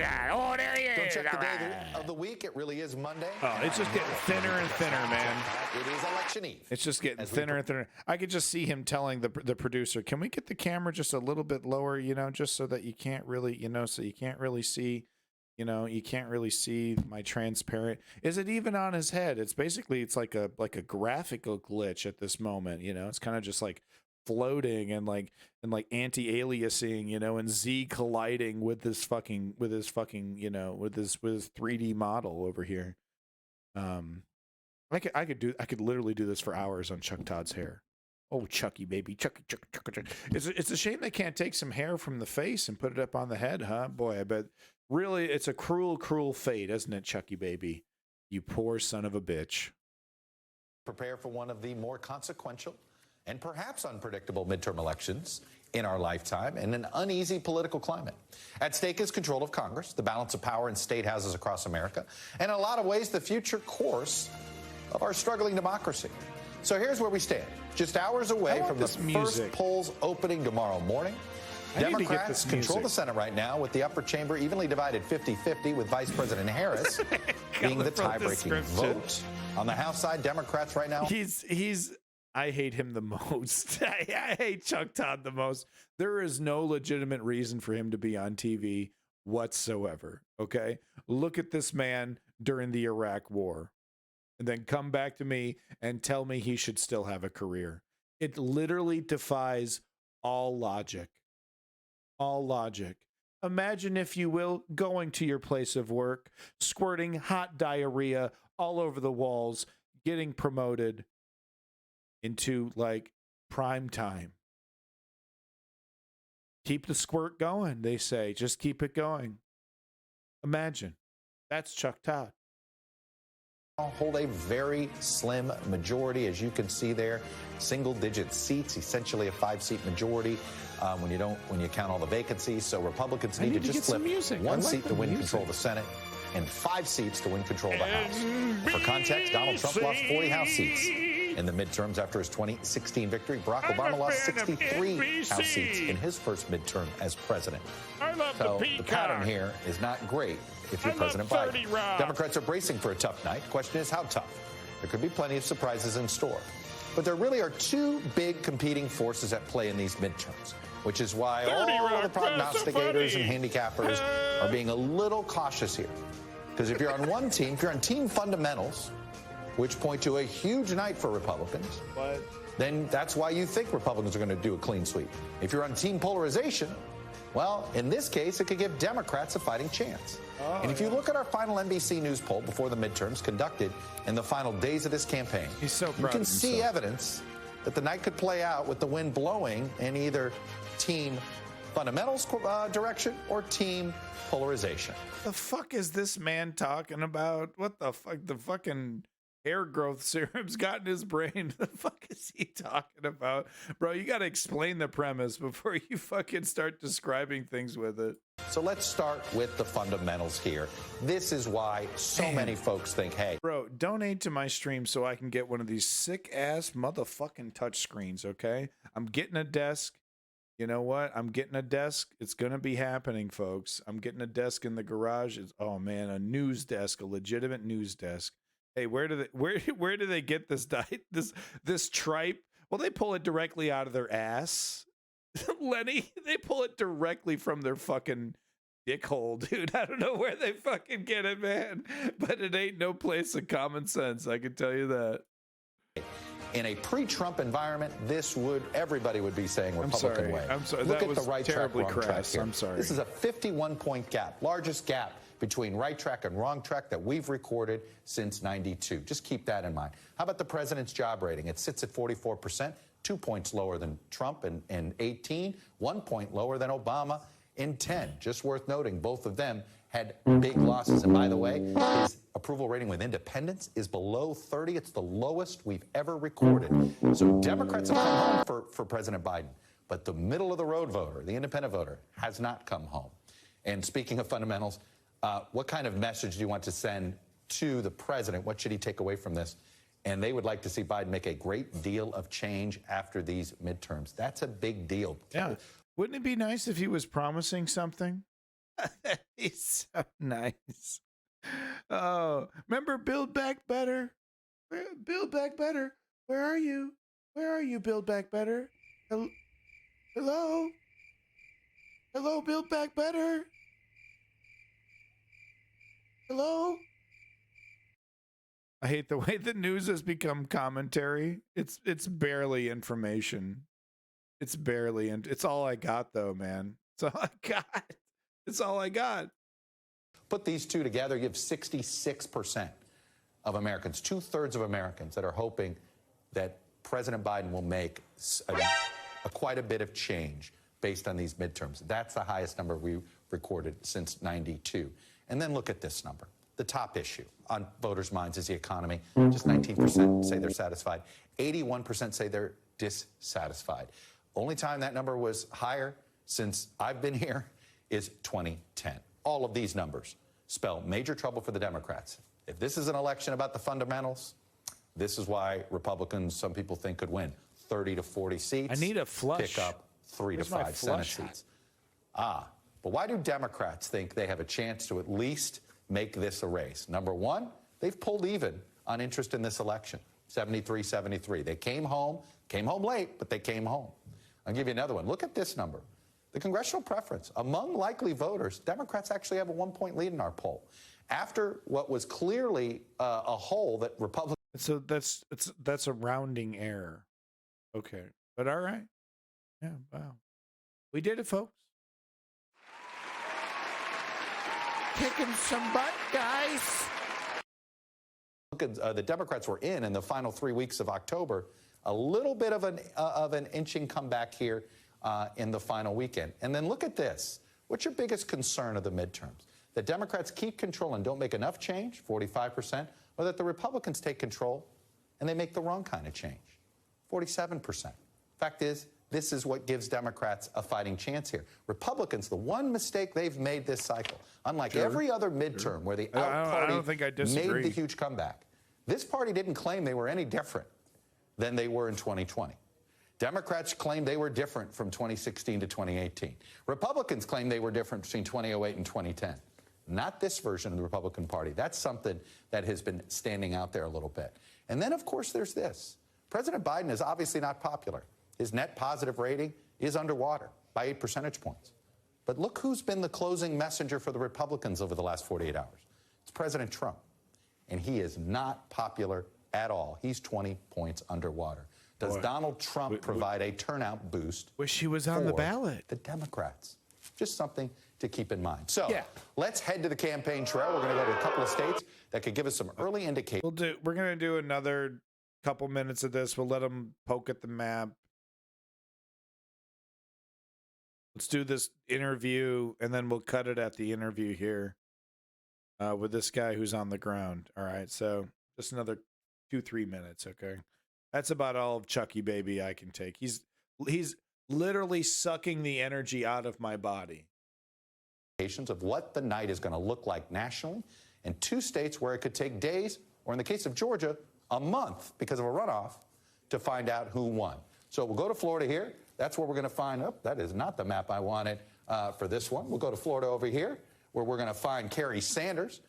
He is where Marco Rubio and Ron DeSantis are campaigning together today. Jesse Kirsch is in Ohio, ahead of former President Trump's rally tonight for Senate candidate J.D. Vance. And Dasha Burns is on the ground for us in Pittsburgh. Also with us is Ellison Barber in Atlanta. Is that man alive? But let's go to Florida. That man's CGI, dude. No. That man is not alive. That is not a flesh and blood human being right there. Okay, that is what we call an automaton. All right. No, I'm calling bullshit, dude. What is that? The MSNBC robot out there on the field? What the fuck is going on? Is this fucking Max Headroom? Is this where he's fucking at right now? Holy shit, Max Headroom has got a job, man. That's great. Pittsburgh. Also with us is Ellison Barber in Atlanta. But let's go. Oh, I can't say anything about Allison. She's adorable. To Florida. With their fucking sweater. Man, she just, I don't know. It's great. Kerry Sanders, and find out Rubio was with Trump yesterday, and he's with DeSantis today. Kerry, what are you seeing? Well, we see a large crowd that has gathered here. Of course, the candidates are barnstorming the state. As you know, this is a big state, many media markets, 2 time zones. And so Marco Rubio and Ron DeSantis are here trying to whip up support going into the final hours, really, of the campaign to get those energized who are a part of the Republican Party to show up. At the same time, you have the Democrats, which is former Governor Charlie Crist and Val Demings, who's running for U.S. Senate here, doing the same. In fact, they will be here in Orlando later today, tomorrow. We're on the I-4 corridor in a state that really ultimately we'll find out, has this state gone from a purple state to a red state, and I think that will probably be decided based on the numbers we see in this election, Chuck. Carrie, really fast, you've been a Floridian. I dare I say longer than I have. Do you sense anything on the ground? Why did everything I say about Chuck Todd finally click into place and make sense just now? That little tidbit of knowledge that I just learned about Chuck Todd. Everything makes perfect fucking sense. Sometimes he'll come back with a really inappropriate tan. He'll be like really tan. I'll be like, what is this guy getting a spray on tan? He's fun. He's from fucking Florida, folks. It all makes perfect fucking sense. If you're from the UK, you don't know what the fuck I'm talking about. We should do a special on Florida, and then I'll fill you in on what the hell is going on with Florida. Imagine an entire state on meth. You know, I think really what I'm seeing is, and we'll see Ron DeSantis out here shortly, is that he isn't really running for governor, that he has the confidence that he's going to win re-election here against Charlie Crist, Good night, that Lenny. he's Thanks for really being here, running for president, and that that's, even though it's unannounced, that that's really what this is all about right now. We'll probably see him out here in a couple minutes. When we take a look at the numbers in terms of mail-in ballots, I think one of the things that's interesting in those mail-in ballots is that the Democrats who don't appear to be energized, because 44% of the ballots that were sent out to Democrats in the state have not been returned yet. Compare that to the Republicans, which I think is about 28% that have not been returned. So, you know, if they went... That's actually pretty fucking huge. That's pretty fucking huge. And it really goes back to, you know, a big issue with the left in general, which is just apathy. You know, when they think they have their guy in charge, they just stop paying attention. Went in the mail yesterday or today, there's got a short window to get those ballots in, Chuck. Carrie, you're bringing something up. I'm very curious to see whether you're going to see a decent Democratic turnout in Texas, Florida, California, places where the top of the ticket races look like they're done deals. Fascinated to see on that. Carrie Sanders in Florida for us with DeSantis and Rubio. Sure. Carrie, thank you. Let's move over to Ohio. That's where we find Jesse Kirsch. Boy, 3 weeks ago, Vance, and Ryan was the talk of Washington, the talk of Senate prognosticators. Wow, they make them so real nowadays. I can't even tell. It's really hard to tell. I mean, you can tell like when he starts to talk and you can see him like move and stuff, that it's like a robot. But fuck, it's actually really, really hard. They make him so lifelike now. Last 3 weeks feel like it's been a slow sort of move toward Vance. But you tell me, Jesse, what do you see? Well, I can tell you, Chuck, that we've heard both of these. Wow, he sounds just like a human, too. Wow, that is fucking crazy, dude. Holy shit. Candidates at various points throughout the campaign brushing aside the polling here in Ohio, and specifically what you're referring to there is seeming to look like things are pulling away for J.D. Vance. I asked Tim Ryan about this over the weekend, and he said that when he is out meeting with people, specifically in Republican-leaning areas, he says what he is feeling is not lining up with the polls. But obviously, that's coming from someone who's trying to keep this race going. So take that with however big a grain of salt you want. In this final push, though, we are looking at. I love that he wears a shirt where we can get a clear outline of his flabby little body. You know, that's really great. As a guy with a flabby body, it makes me feel very confident. Former President Donald Trump on the trail on election eve here in Ohio with J.D. Vance. He was with the Republican nominee a few months back as well in September. I'm gonna die in 10 years, so I can't wait. I can't wait for you to destroy the country before I die. Yeah, it's gonna be great. And obviously that rally led to one of the more memorable lines of this election face-off, that Ryan has tried to paint Vance as someone who will do whatever former President Donald Trump wants, which is exactly how Vance wants Ryan to be seen in terms of doing whatever President Biden and Nancy Pelosi want in Congress. And that is specifically what Ryan is trying to avoid. He wouldn't be upset if you thought he was a Republican. And in fact, we've talked with people throughout this campaign, Chuck, who have mistakenly thought he was the Republican nominee. Even J.D. Vance, in an interview with our Henry Gomez, said that he has had to explain that Ryan is not a Republican. Stop taking selfies with politicians. These people are not your fucking celebrities. They're your fucking servants. Stop taking pictures with these people. Stop giving them this celebrity. Stop bragging to people that you were, seen with them.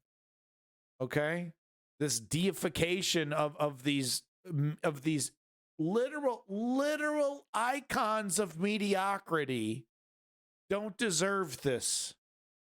Okay? And the entire position of governing shouldn't be celebrified in such a way. I made it up. I don't fucking care. Put it in there, Webster.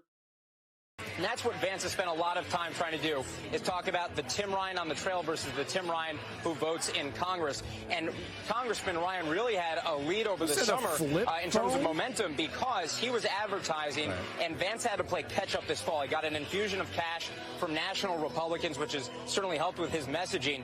Ryan, I know when I talked to him the other day, said that he feels that the National Democratic Party possibly missed an opportunity here by not helping push him over the finish line when he was controlling that messaging so much over the summer, Chuck. There's no doubt a lot of mistakes made in August and September nationally by the Democratic Party up and down the ballot. Ohio, a glaring example there. Jesse Kirsch in Ohio for us. Jesse, thank you. All right, let's head over to Pennsylvania. Dasha Burns, she's on the west part of the state today in Pittsburgh. And Dasha, look, the cliche of it's turnout is there for a reason. And in Pennsylvania, it's that and then some.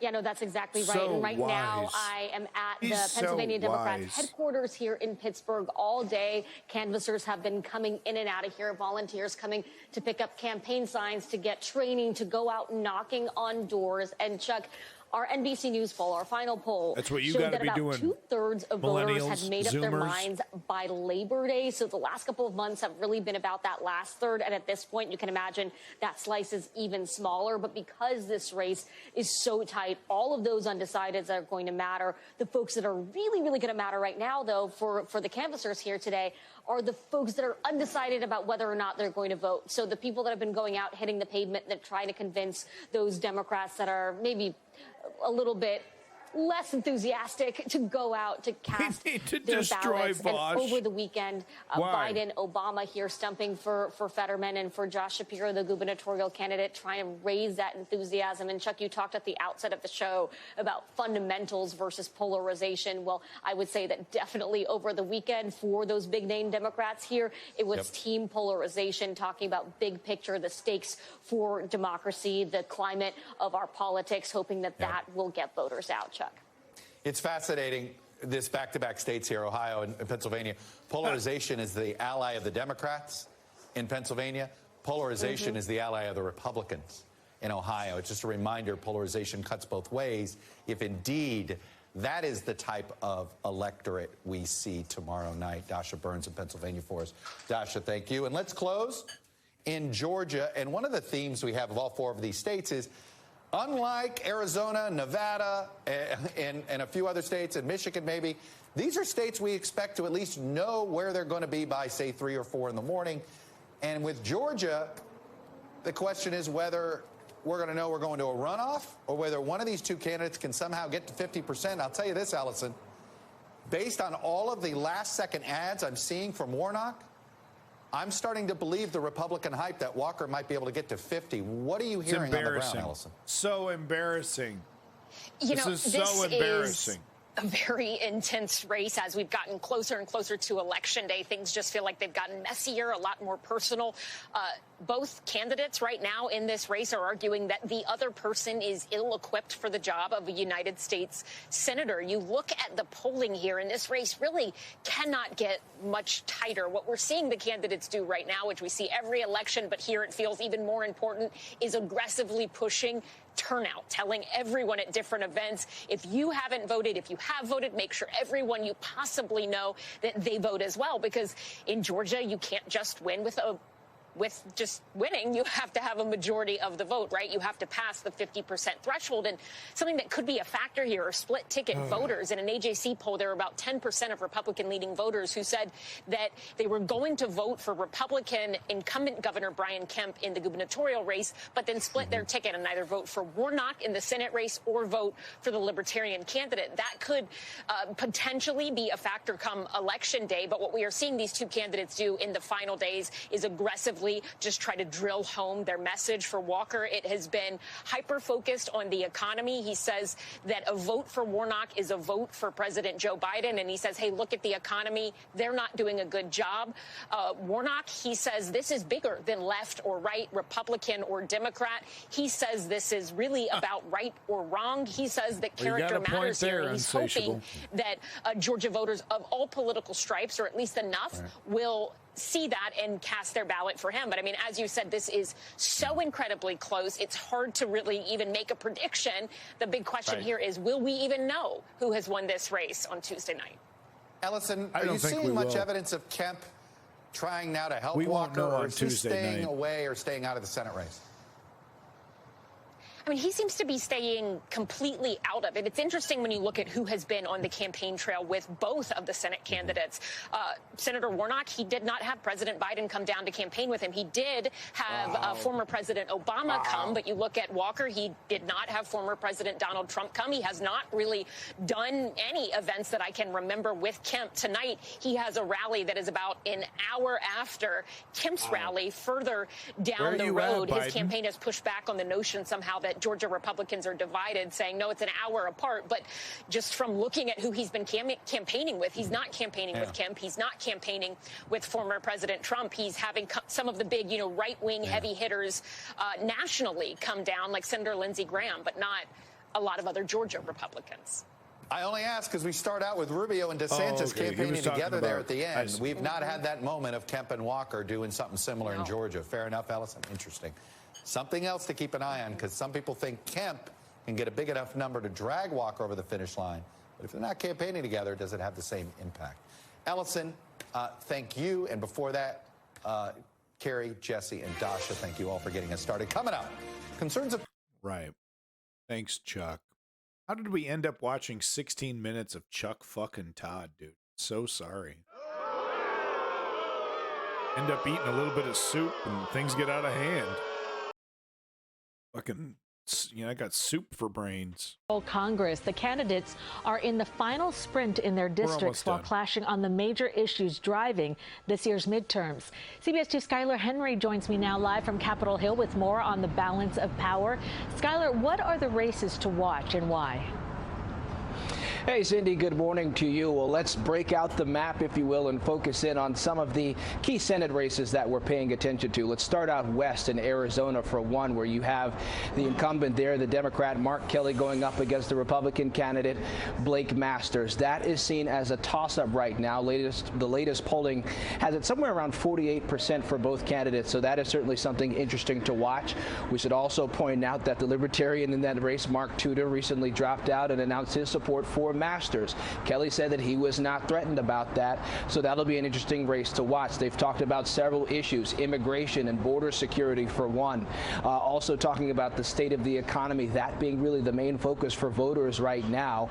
So I think that'll be interesting. If you look to the east, pay attention to that Pennsylvania Senate race, obviously between John Fetterman and Dr. Mehmet Oz. That one is another tightly contested race, considered a toss-up as well. We should also point out the amount of money that has been poured into that race from a political advertising perspective. We're talking about some $300 million in political ads. We should also point out that Oprah Winfrey herself came out to endorse John Fetterman. A little ironic, given the fact that she was the one who sort of assisted Dr. Oz become a national name in his television career. So that is something to watch for as well. We're also paying attention to the Senate race down in Georgia with former football star Herschel Walker going up against the incumbent Raphael Warnock. That race also considered a toss-up. And despite the negative headlines against the former Heisman Trophy winner in terms of his abortion rights issue, perspective and allegations, that really doesn't appear to be affecting him in the polls as those margins are tightening as well. What's important to note there, especially in that Georgia race, that if neither candidate gains more than 50% of the vote, then that race goes off into a runoff. And we should point that out because election officials have said all along that to expect patience, if you will, as they have to take their time to tally all of their votes. And so we may not know the balance of power here on Capitol Hill for some days, maybe even weeks. Care of, folks. Skylar, as candidates are making closing arguments, any themes that you're seeing in their messages? On Craigslist. Absolutely. So let's talk about that Pennsylvania race with Oz and Fetterman. They're focusing on crime and the economy. I talked about the race in Arizona, border security, immigration, also hot button issues. But I think the main sort of issue point perspective that many of these candidates have been taking on is just really the state of the economy. President Biden has come out to say that the state of the democracy is at stake on this ballot as well. But many voters have come out to say that the economy is really where they're focused on right now. Inflation, rising numbers at the pump, rising numbers at the grocery store. And so I think many candidates will sort of focus their rhetoric, especially today, on what they'll do to try to address that. Skylar, lots of concerns about. All right. Go over to Michael Moore here. Final clip of the day. Is here as our special guest tonight on all of this. The economic populist, you may recall, backed Bernie Sanders, then Biden in the last election. I'll get to you in a moment. He offers a view from the left, just as Beat viewers heard a view from the right just last night, as conservative activist Grover Norquist also rebutted any talk of benefit cuts. And when I showed some receipts that the largest Republican group in the House does back some of these changes, well, he told us those people don't wield any power in the party. The Republican Study Committee, which is the largest group of House Republicans, does now back raising the Medicare age of eligibility to 67, Social Security to 70. You're talking about a group that is a subset of the modern Republican Party. You're sort of saying that's not going to happen. Those are some prominent Republicans saying it was. Then you have this class that we keep nobody hearing wielding about. any power does. It's not going to happen, and it's not something that's being discussed by the leadership of the Republican Party. Not going to happen. Well, we want to get all views from all people with experience. So as promised, to broaden the conversation, we're joined by Michael Moore, the Oscar-winning filmmaker who's made some groundbreaking projects tackling American capitalism, globalization, the Iraq War, and the gun epidemic that we still live with. He's also host of Rumble with Michael Moore, the podcast, and the Michael Moore Substack newsletter. Welcome back, sir. Thank you for having me on, Ari, and thank you for beginning with a little bit of comedy there with those clips. You know, go ahead, give your response. Well,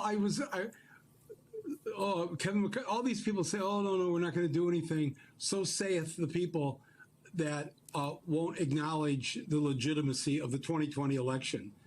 I mean, they have, back in the day, you would just say, well, you know, they're not telling the truth or they're pulling your leg. Maybe you'd say the word lie. But they have lived during these last 2 years propagating a big lie about our democracy, about the election of 2020, that Joe Biden isn't really president. So automatically, anything they say like this, oh, no, we're not going to touch Social Security or whatever. Obviously, if you have half a brain, you're not going to be trusting anything that they're saying. So that's my first reaction to that. But if I can express just a moment of joy here, sure. I'm not worried that this is going to happen because they're not going to be in charge. They're not going to win next Tuesday. And I know it seems like I have take a minority position on this because the media is full of a lot of how the Republicans are surging and the Republicans are doing so well. And so this race we're going to lose. And you know how liberals are, you know, we get all, you know, verklempt for this. Oh no, we're going to lose. And it's like, no, actually, we're not going to lose. There's more of us than there are of them. And to believe that we're going to lose on Tuesday and that they're going to take over, you have to accept certain assumptions. For instance, you have to believe what the pollsters and people have been telling us that since the Roe decision, women were very upset back in June when the decision came down. But now, they've kind of collected themselves, and they're not so upset because they're thinking more about the price of a gallon of gas or the can of Campbell's soup is up 27 cents. And you know how women are. They're just once they hear that soup has gone up 27 cents a can, or the gas. What's gas this week now? It's about 20 cents over last year at this time per gallon. Right away, women are like, yeah, well, I don't need these. I don't need these reproductive rights. I want less at the gas pump. I mean, it's so condescending and so. I just wonder as I watch. Criticizing the neoliberals and pointing out that their election is going terribly is personally insulting, and it's just is this guy for real? Is this guy for fucking real? The news and listen to the pundits and the pollsters. Do they know any women? Is there someone at home that's a woman? Have they talked to anybody really since June? Do people watching this right now? When I say people, I mean he's about to fucking bust into tears. He's so emotionally connected to the Democratic Party. He couldn't muster up a fucking criticism if he tried. And I've seen him criticize the Democratic Party in the past. But this is pathetic. This is pathetic. Okay? You want to talk about, hey, I think the media's got it wrong. I think there's going to be a lot more. We're showing record number of people showing up to the polls this year. I think people are going to be really blown away with the support for neoliberals. This guy's over here crying and shit. All right? I'm having a hard time taking him seriously because he's so emotionally connected to the neoliberal Democrats. At the same time, though, heart's in the right place, Michael Moore. He's over here supporting the Starbucks Workers United, right? The union movement happening in Starbucks. And I'm sure he supports the Amazon unions as well. So heart's in the right place. But, man, the Democrats deserve to be pounded on for their failure to pass Build Back Better, to pass the voting rights bill, and to prevent a lot of this shit that we're seeing this election, but also, give people a solid reason to vote Democrat again, right? You should have completed Build Back Better and then campaigned on Build Back Better 2. You know what I mean? And instead they don't. They campaign on, well, we're not them, and we don't have any control over the economy and the gas prices. None of that's our fault. It's all Putin's fault. And it's just, white noise. People ain't hearing it. People ain't fucking hearing it. Talking about men. If you're watching this right now, do you really think that women are just over it? Over Roe? Yeah. So to be clear, there's a theory of the rampage case going on. Yeah, Michael, your theory of the case, and I mentioned some of your work because the gun epidemic, something you were leading on in a fundamental way before it had become as big a concern, at least on the left, center left. Your work on the way capitalism uses and abuses people, I think early on, groundbreaking. And then you warned about Trump when some in the Democratic Party were writing him off in 15, 16. So are you here tonight making your bones on this race, that you think it will be a women's revolt and that will hold the Dems? Is that your view of Tuesday? Get your tissues I think it already is. Michael. I think that women are fed up. They already know that they are and are treated as second-class citizens in this country. They don't make the same. I mean, I agree with all of what he's saying, by the way. I agree that, women should be rising up. You know what I mean? They have every right to be doing that. And I think the Democrats are going to see a boost, from that.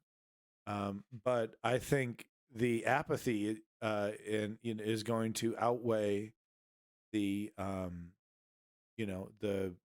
the extra votes that they're going to get from the absolutely heinous overreach and attack on personal liberties that women across the nation are dealing with, right?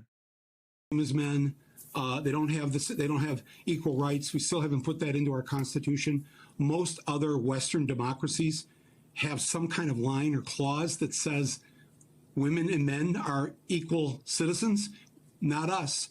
So they've been used to this for a long time, but that doesn't mean they like it. And to have their face sort of just smashed right into what I call the and please understand, I say this as a recovering Catholic and a former seminarian to the Catholic priesthood, but what the Supreme Court did with its majority Catholic majority on the court, they issued a religious edict that the Catholic Church has been pushing for decades, 50 years now. You're right. And, well, let me push you on that, and then I'm going to push you on that, and then I'm going to fit in our... He's not listening at all. He is not listening to a single fucking word. And Michael Moore knows it. Look, this face, like, this man's not, he doesn't fucking care. He's Michael Moore's pouring his fucking little heart out here. This guy's got his producer and yeah, wrap it up, go, wrap it up. We got to talk about Kardashian. Come on, wrap it up. Some celebrity died. Aaron Carter died. Come on, wrap it up. Let's go. He's not hearing a fucking word that he's pouring his little heart out. Oh, it's so sad. Corporate media is so terrible, and this man is an empty suit. A 1 minute break and more Michael Moore after this. More, as they used to say in the schoolyard. You raised I never heard that, but it would have been nice. No? How about you let him finish his thought instead of interrupting with this claptrap, you fucking suit? You raised the theology point. Obviously, there are people of various backgrounds and religions who can be on the court. The issue, I don't think, is what they personally believe. It's whether they try to write that into precedent or law for everyone else. That's what they're asking us to follow a religious edict. Go ahead, because I was going to say, in the old days, there was this anti-Catholic animus against Kennedy, and his point was, no, I believe what I believe, but I will rule for all, govern for all. You're making the argument that this is a court that is trying to use their religious views and instill them as oppression on everyone else. Right. And I'm talking about they're very conservative. And he was doing it in a much more eloquent manner than you clunky idiot. You should have just shut the hell up and let him finish. That was a completely unnecessary 30-second interjection. Religious views, because obviously the Catholic Church has millions of people who are progressive and care about other people, believe women are equal. But I'm talking about there's this very right-wing Catholic majority on the court, and they have done what the Catholic Church has asked, the American bishops have asked for the last 50 years since Roe became law.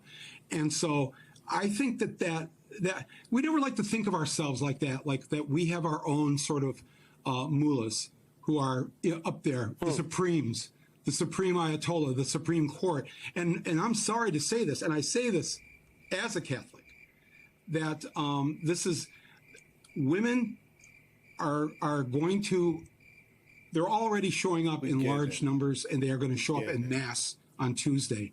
And I think that along with a few other things that, to accept, to believe that the Republicans are going to win on Tuesday, you have to accept that the 7 million people that Biden won with over Trump, that those 7 million in just 2 years' time have decided they've made a horrible mistake, and they've been listening to the MyPillow guy and Rudy. Or they're not showing up to vote. They're complicit, apathetic. They're not voting. And this guy thinks he's a fucking genius for saying the same thing. Where the fuck is my check, MSNBC? Well, and they think, Rudy and the MyPillow guy, they're right. And I'm all of a sudden now I'm for Trump. Or that, as you know, or that the turnout universe changes and people don't turn out. You explain why you think they will, but low turnout elections mean the 7 million might just stay home, so to speak. Absolutely. Hey, man, you gonna do your promo with your fucking shit ass beard? That's what you're gonna do your promo on? Bro, shave your shit, then do your promo. Come on, everyone. This was TV 101, dog. And let's let this man finish his thought, by the way. I wasn't sure how long that was going to take, so I had to put on the other one. So let's let this man finish his thought. Actually today on what they'll do to try to address that. Skyler, lots of concerns about election safety and security. What's the latest there? Yeah, so let's talk about the most recent incident involving Arizona Republican gubernatorial candidate Canary. Her campaign office says that they received a suspicious white powdery substance. Federal officials tell CBS News that that happened early Sunday morning. No one was injured, but they are investigating. Now, this is something that we should point to because a federal intelligence bulletin sent out in recent weeks say that they are on a heightened alert for this sort of extremism across the board, no matter if it's far left or far right, and that is something that they're going to pay attention to. We should point out that election officials have said all along that they are going to try to make sure that this is the most safe and secure election of all time. Now they're just asking for people to be patient and, of course, be tolerant while they do their work. Skylar Henry reporting from... While they do they work. I love that. Nice. All right, cool. Yeah, no, I mean, exactly. Our elections aren't perfect, but they're you can't just show up and stuff the box. It does not work that way. There's several checks and several balances in the whole process. There you fucking go. There you go, YouTube. Pre-election, maybe you're going to watch this tomorrow. I'm going to try to upload it tonight. Maybe you're watching this tomorrow while you're getting ready to watch the election results. Well, don't forget to tune in. Abandon Nihilism on Twitch. I'll be covering it. I'm going to try to get out of work as quickly as possible to be covering it. We're not going to get a lot of results. Some of the bigger ticket races, I think we're going to have to wait until the day after. So don't get your hopes up too much that you'll have a very clear idea. Regardless what my prediction is, and I hope I'm wrong, is I think the Republicans are going to safely take the Senate, and I think they're going to easily take the House. And I think we're going to be in very bad shape for the House because a lot of very inexperienced, very ideological, very extreme individuals are going to be coming into office on the Republican side, and they have no interest in democracy. You know what I mean? So if things are timed correctly with Ron DeSantis being in office and all that, we might see some very exciting things happen for Ron DeSantis in his first and second year. They can get a lot of damage done with that kind of supermajority for the first 2 years of his presidency there. So guess we'll have to wait and see. Almost feels like a curse. Almost feels like putting a curse on you. Thanks, YouTube. Thanks for tuning in.